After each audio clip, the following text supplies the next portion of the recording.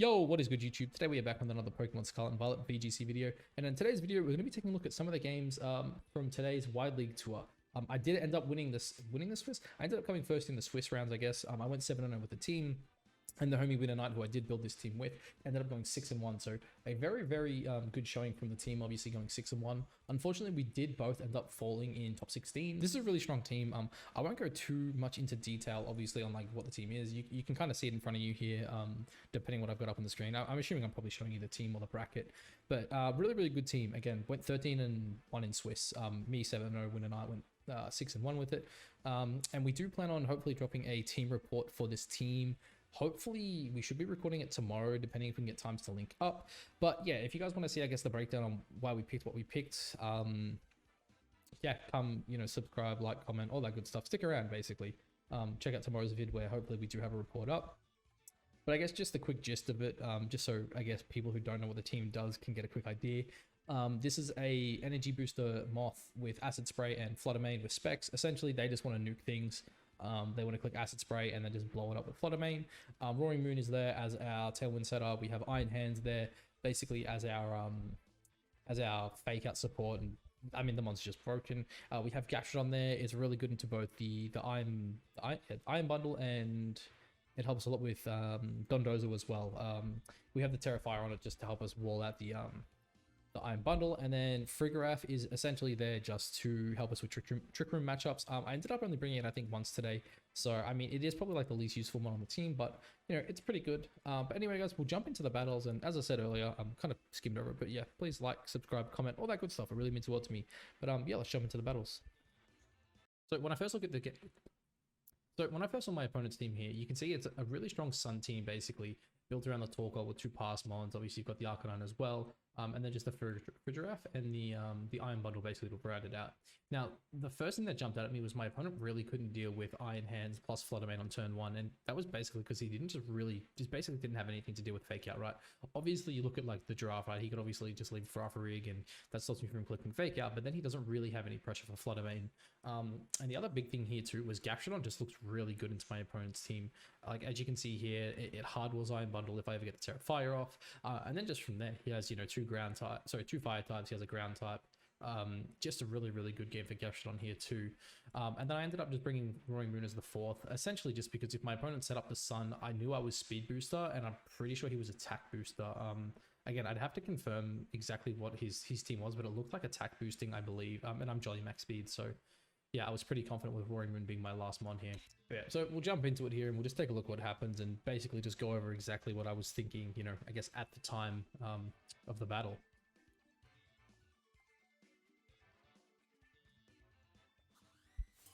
So again, the main reason I led with this was essentially just because I knew they couldn't deal with Flutter Mane when paired with Farfarig.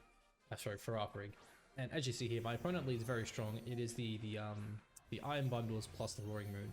Now, this was a really interesting lead because essentially what this meant was, and we see there too, Roaring Moon was the attack variant, the attack boosting one, sorry.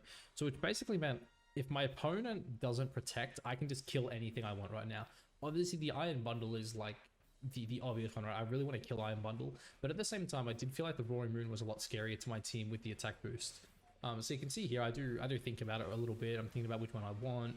I do believe I considered saving Flutter Mane at one point as well. Basically, like the thought process here was like I was pretty safe to just go Fake Out plus Dazzle in turn 1. That really didn't matter.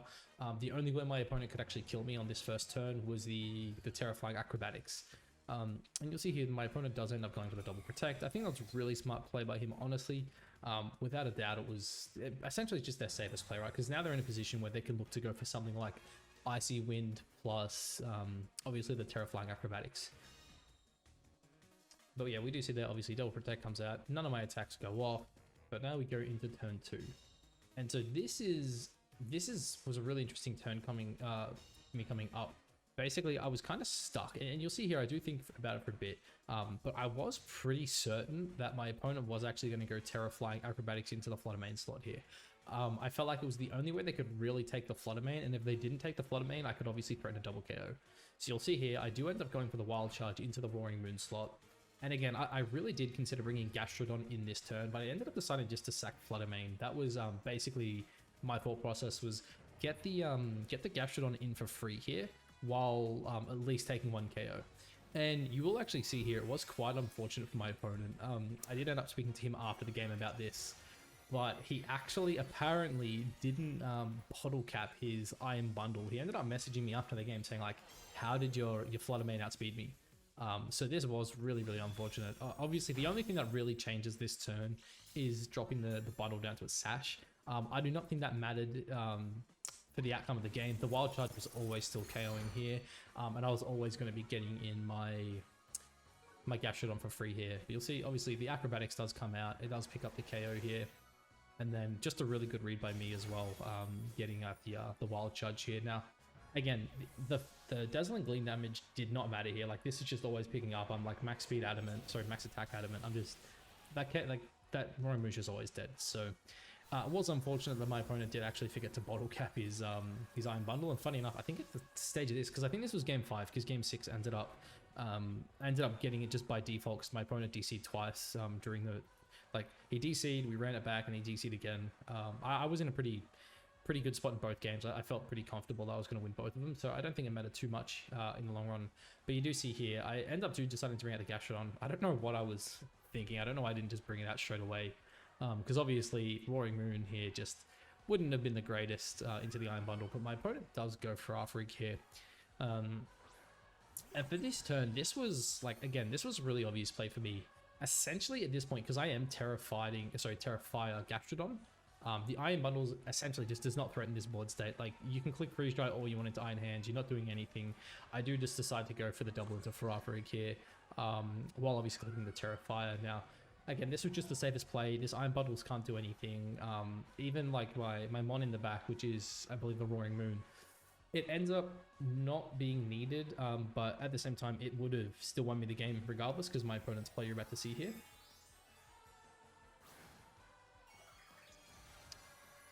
But yeah, so we do see Terrafire comes out, just really good into this board state. I do think my opponent probably should have Hyper Voiced here. He goes for the Freeze Drive, which obviously if I don't Terra one-shots me, but because I do Terra, it does like, what's that, like 35 damage? It's like nothing. Drain Punch is really, really good chip. Now here's actually, this was kind of funny. I didn't realize the Earth Power actually did like a bit less than the Drain Punch did there. Like, it probably didn't matter in the long run, because you do see here my opponent actually goes for the Trick Room, which basically was the end of the game for him, because at this point now the Iron Bundle, sorry, is the slowest thing on the board, which is why I was saying I don't think it really mattered that the attack went off last turn, because you see here I do end up as doubling the Rig. I know he doesn't have Protect on it, so for me it was just whatever he has in the back. Nothing really wanted to eat a ground move, so I basically was just like, stuff it, I'll double this.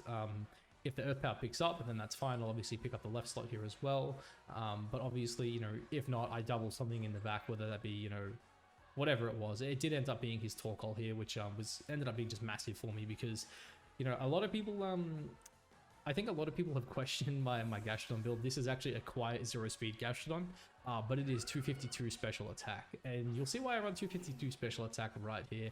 This Mon, absolutely insane. Don't sleep on the Gastrodon power, boys. Just one-shot that Torkoal. Just, honestly, like, just beautiful damage coming out of the Gastrodon there. You do love to see it. And then obviously, as I said, the Stomping Tantrum just picks up the Iron Bundle there. And then my opponent obviously brings in his Giraffe, but at this point it really doesn't matter. I believe he ends up just forfeiting the game, but as I said, you know, I am quiet mint speed on the Gastrodon, so that would have just been a one-shot regardless here if he doesn't abandon. But again, just really, really like solid game plan here, I think, by me. Obviously, you know, again, losing the Flutter Mane there was always going to be fine, because obviously I made the call, because my opponent couldn't have KO'd me there without the acrobatics. So putting myself into a position where either one, I just like KO both Mons, it's great, or two, I trade Flutter Mane for the Roaring Moon there, I think would, yeah, just fantastic.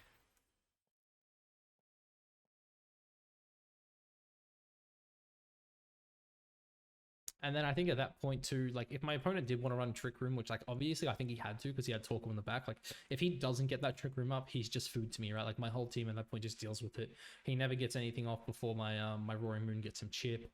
Obviously, again, my team was like really good into Iron Bundle. Obviously I had the Terrafire there. If I ended up going Roaring Moon, I had the Terra Steel. Roaring Moon again with Throat Chop would have just like absolutely annihilated the Frigga while also just like neutering it, basically stopping it from doing anything. at the same time, it's a really, you know, physically bulky, so really specially bulky mon too, so the Talk Oldest like wouldn't have been able to touch it. So I think it was just like, that was just a real good showcase of basically what this team can do into like the Trick Room mirrors, and also like it doesn't care that much about iron bundles. Like it is really good into it. But anyway, we'll jump into the second battle now. And so the second match I want to look at here, this was basically the last round of Swiss. At this point, I believe I was the only 6-0 player. Everyone else was at least 5-1 or you know, worse. And basically I ran into a really, really interesting Perish Trap team. Now, as you can see here, the mons I ended up going with, I ended up leading my Fluttermane Moth combo. Basically, this was to stop any Fake Out plus Perish Song. So basically, like my opponent's team, for anyone who, you know, essentially doesn't know looking at it, they have Gothitelle Fake Out, and then they have Perish Trap, basically with the Screamtail there. So it would be, he would fake me out, and then he would just proceed to, you know, trap me in. You know, I think he has like Disable Protect Encore on the Screamtail. So like normally I don't know the exact spread, but I'm assuming it's something like, you know, max speed, like maybe timid max speed, whatever. Basically they bait you to click protect or something, and then they just encore you into protect the whole time. Some just stupid shit like that, right? It's just really, really annoying stuff. And yeah, because I'm Terra Ghost on the Iron Moth, and then obviously Fluttermane itself is a ghost type, I'm free to switch out in front of Shadow Tag. So yeah, that's why I brought those. And then Iron Hands again. Iron Hands is just a great mon because Fake Out in matchups like this is just really, really important, right? If my opponent tries to, you know, obviously set up the Perish, I can stop it. Also, it has like a really good matchup into a lot of his mons here. Obviously, it has the ability to one-shot Palafin. The Stomping Tantrum does a lot on the Arcanine, just really good. And then again, Gastrodon's just like, it's just so good, man. Like, it basically stops the Palafin from like late game sweeping us, which I do believe my opponent actually does end up bringing Palafin too, which is interesting. But again, it's really good into Arcanine. It's really good into King Gambit, like really good into my opponent's team. Just a really, really solid mon. But yeah, so we'll start it up here. So I do believe my opponent actually didn't lead his... I think he ended up going like Goth King Gambit off memory, something rogue like that. It was something I was like really, really surprised with, and it kind of shook me to start with. It took me a good second or two to actually think about what I needed to do here. But we will see exactly what he does. Yeah, so it was the Goth Gambit. So this was again really, really interesting because, like, obviously I want to go Terra Ghost here to avoid the Fake Out, but at the same time, if I don't Terra Fairy, I basically just die to Sucker Punch here because my opponent doesn't know my spread, but because I am Spexed, I'm quite squishy. This is a set I do plan on changing going forward if I keep using this team. But yeah, basically I'm just in a really awkward spot where like Sucker Punch can just one-shot my Fluttermane, and they know I'm Specs. So my choices here are either just like swap out or just like look to attack. And you'll see what I do here very shortly. It was actually interesting. I think my opponent ended up making a really, really interesting play, which I was quite surprised with. I am running really low on time here, as you can tell. I was thinking a lot, just looking at his team sheet, looking at my team sheet. I do end up just deciding to Dazzling Gleam, and I click the Terra Heat Wave. This was basically just because I didn't think my opponent would basically just go for the Iron Head. And also, not to mention, if my opponent does Terra here, obviously, like, the Heat Wave is just, like, really, really good damage. And so is the Dazzling Gleam. Like, it doesn't matter if my opponent takes... like, my thought process was it doesn't matter if he takes the kill here on the Fluttermane, because it should be enough chip onto the King Gambit where it just doesn't matter. And you do see here, my opponent actually doesn't go for the Sucker Punch, which is, like, really, really well played by him. The Heat Wave does come out doing way less than I thought it would. Like, I can't believe a stab Heat Wave like did like, what's that, like maybe 40, 45, like actually wild. But you do see the Dazzling Gleam comes out, and it's just enough damage to a point where I would have KO'd the next turn with the Heat Wave, and then obviously he just picks up the Fluttermane, which is like really, really good for him.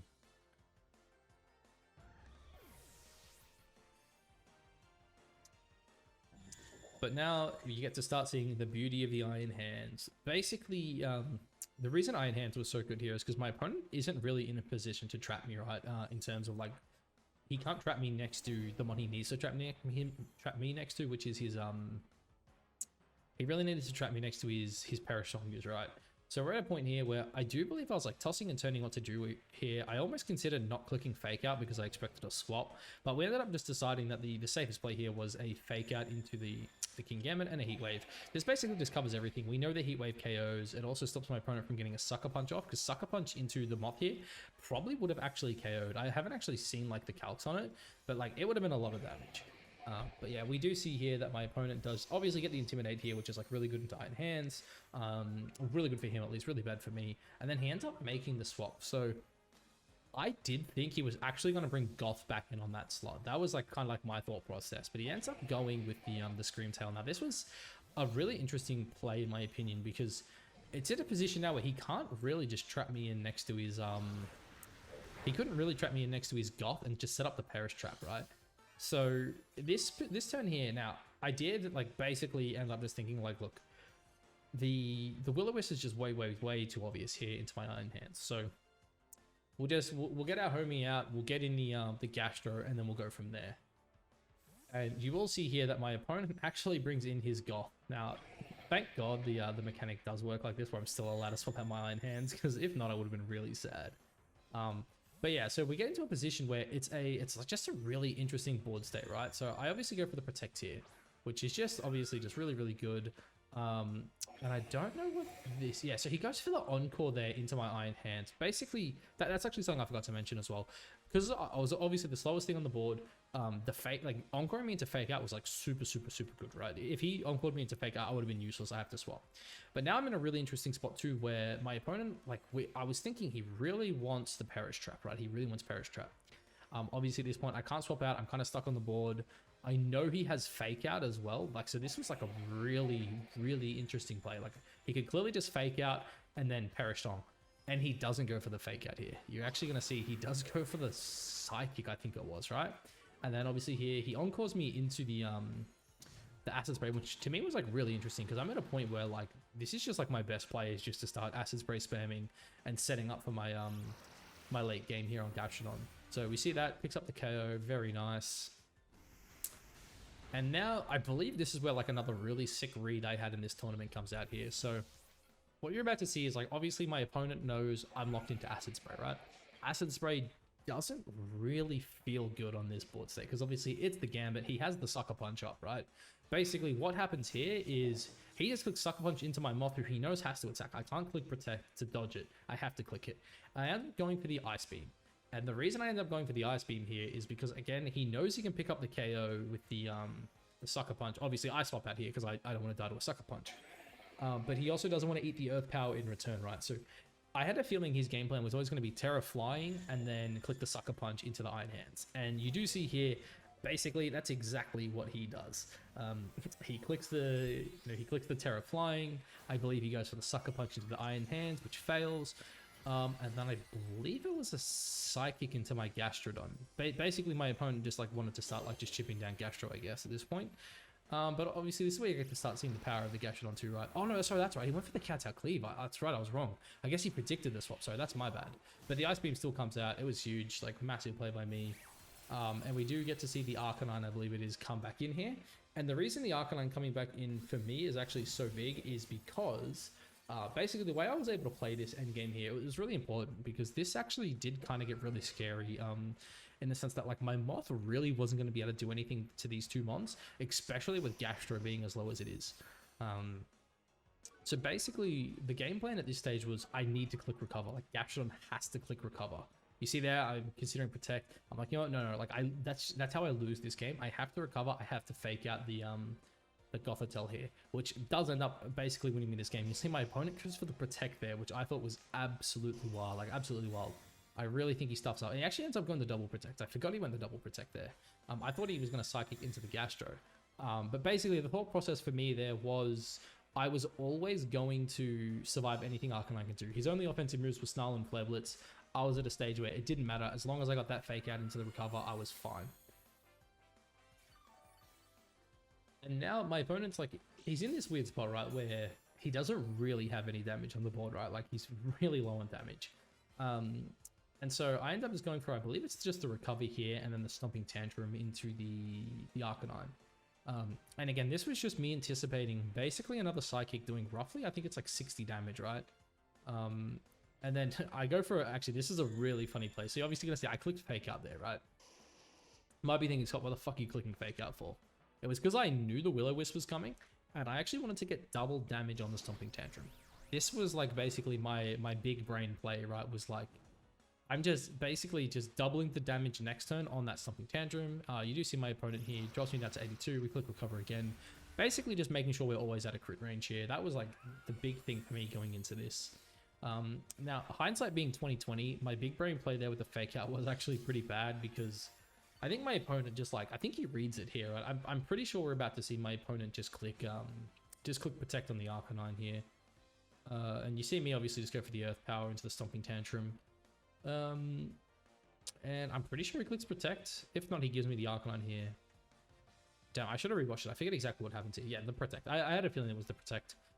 That was really obvious, and like obviously you see I don't read into it, but at the same time it didn't really matter that I didn't read into it there, because now it puts me into a position where it's like, yeah, don't get me wrong, I wish I got chip onto the Gothither Tail that turn, but again, I'm running a really offensive Gastrodon here, right? Like again, I think a lot of people didn't expect my Gastro to do what it did. Just like there was a lot of KOs I picked up where it really shouldn't have picked up the KO, but it just does. And I mean, you see that on full display here, right? I click the Earth Power into the Arcanine here, and like you look at that, it's 100% HP. I double it with Stomping Tantrum just in case. Like I don't want to risk it. Obviously Arcanine going down is like really big for me. You see he brings out the Flare Blitz here. It does, you know, right there. I think that did actually 45 damage. So funny enough, that earlier turn when he double protected, if he'd actually just doubled Gastrodon on that turn, he might have won the game. But you'll see the Stomping Tantrum comes out here. It's a nice little bit of chip, nothing too crazy, obviously, but my opponent is about 70% HP, and I just take it out. It was really important that Gastrodon got that KO, and yeah, like if Gastrodon doesn't get that KO, all of a sudden this game becomes really hard, I think. And then basically this end game was kind of a pain in the ass. I'm not gonna lie, my opponent, he played this really annoying. I don't know why he didn't just quit. Like at this stage, like, I mean, I don't think Gothitelle ever had a chance of winning this. But because he wanted to be annoying, I kind of was just annoying too. Near the end here, you see that Earth Power obviously just does a lot of damage. The Taunt does end here for me, which is pretty nice. One scary thing I think my opponent, like, I think the mistake he ends up making, because I think you see here, I end up just clicking protect. I think he really should have attacked Iron Hands, predicting that this turn. Just to give himself like a chance. Like I don't think his chances were great, but maybe it was like better than nothing. I'm guessing he played it out because he thought he had a chance with this, maybe forgetting that he only did like 50 damage to my Moth, so he would have had to like crit the Moth at least once to get the KO, and even then I think it was still a roll. But yeah, basically this end game comes down to just me being patient, making sure I play optimally. I don't want to throw this, obviously, like, you know, even with the burn and the Wild Judge chip hurting me, like my Iron Hands is going down pretty quickly. I do think, do I end up going for the double protect here? I think I do. I'm pretty sure it fails, but like basically at this point it doesn't matter, because like the second Moth gets out, Moth just wins the game, right?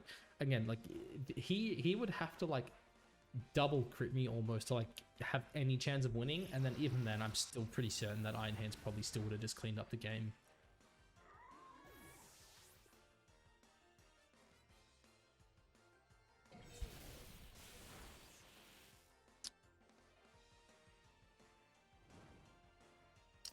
Yeah, we do have the Moth here, and as you can see there, that did like, what's that quick math? I think 52 damage he did to the Moth. So I think with a crit he would two-shot me, but obviously he's at a point now where just 2 acid sprays is just more than enough to win the game with the help of the Iron Hands. So it was very well played to my opponent. Obviously he got really far with this team, you know, making it to like what I think, because he played me, he ended up finishing 5-2, which is like still like, you know, pretty respectable. It's like good on him. Like it's a pretty damn scary team. So, you know, if you're not prepared for it, like I think a big reason I was able to, you know, pull this out was the fact that I had 2 ghosts and just didn't really care that much about the trapping potential here. But, you know, in saying that, like it's a really scary team, and I do think Perish Trap is a really good way to deal with the Dondozo teams, which I do think we are about to see are going to be on the rise. But anyway, guys, obviously you see there, I did win. I ended up finishing Swiss 7-0. Unfortunately, I did end up losing in the top 16, I believe, to Judy Azzarelli. At least I was told it was Judy. I'm not 100% sure if that is true. And he ended up going on to finish 2nd, which was kind of sad, because I do feel like I was really close to beating him in my match with him. And had I actually like basically won 150-50, I would have beaten him, and I probably would have found myself in at least the top 4. as the person who he ended up playing against didn't have like the scariest team, and he ended up getting 2 buys back to back. So I do feel like I could have definitely at least gotten top 4, but obviously running into a really great player like that, you know, for me, top 16 is still not bad, especially too considering this is like my first proper time playing the team. But anyway, guys, that'll be it for today. I do plan on dropping a team review or whatever with winterknight whenever we get the chance to link up, hopefully tomorrow sometime. But yeah, guys, if you stuck around this long, please like, subscribe, comment. Said that in the wrong order, but you know what it is. Anyway, I'll catch you in the next one. Peace.